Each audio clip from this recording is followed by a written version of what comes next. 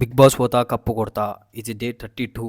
1 మంత్లో 10K followers కొట్టాలనుకున్నా కానీ కాలే. ఈ నెల అయ్యేలా కష్టపడాలి, అయ్యేలా చేసుకోవాలి. పోయిన నెల కంటే ఈ నెల ఇంకెక్కువ కష్టపడాలి. రోజు నైట్ పడుకునే ముందు చాలా గలీజ్ ఆలోచనలు. ఎప్పుడెప్పుడు మా సజ్జ మీద ఉన్న సామాన్ నా మీద పడతాయో, ఇంటి డోర్కున్న గ్యాప్ నుండి ఏదైనా పాము వచ్చి మా అమ్మని గరుస్తుందో, వానాకాలం వచ్చినా పరిశానే, ఎండాకాలం వచ్చినా పరిశానే. వర్షాకాలం వస్తేనేమో వాన నీళ్ళు రేకుల నుండి ఇంట్లోకి వచ్చేస్తాయి.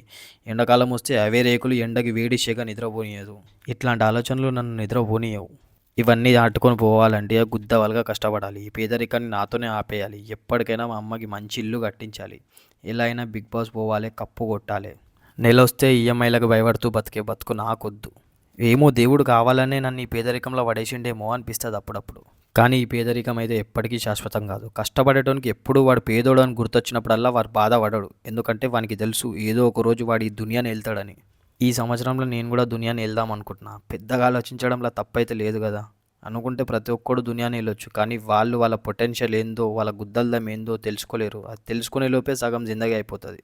100లో 99% మంది ఏదైనా మంచి టైం కోసం వెయిట్ చేస్తుంటారు, ఏదైనా చేయనికి.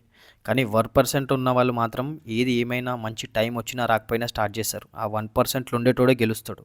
ఈ రీల్ చూస్తున్న వాళ్ళలో పేదోని ఇంట్లో పుట్టినోడు ఉండొచ్చు, గొప్పోడి ఇంట్లో పుట్టినోడు ఉండొచ్చు. సో పేదోని ఇంట్లో పుట్టినోడికి నేను ఒకటి చెప్దాం అనుకుంటున్నా. నీ పేదరికం నీతోనే ఆగిపోయేలా కష్టపడు. కంఫర్ట్ జోన్లో నుండి బయటికి రా. ఉన్నదొకటే జిందగీ, మొడ్డ గొడుపుకోకు. నీ సక్సెస్ ఎట్లుండాలంటే ఇంకో జన్మలో నువ్వు మళ్ళా కొడితే నీ గురించి కూడా అప్పుడు చెప్పుకునేలా ఉండాలి. పోయిన జన్మలో ఇది నేనే అని చెప్పి గుర్తుకు రావాలి నీకు. ఒకవేళ ఈ రీల్ నచ్చితే కనుక అకౌంట్ని అయితే ఫాలో చేసి ఈ రీల్ని అయితే లైక్ చేయండి. అండ్ ఒక 10 మందికి మీ ఫ్రెండ్స్కి షేర్ చేయండి.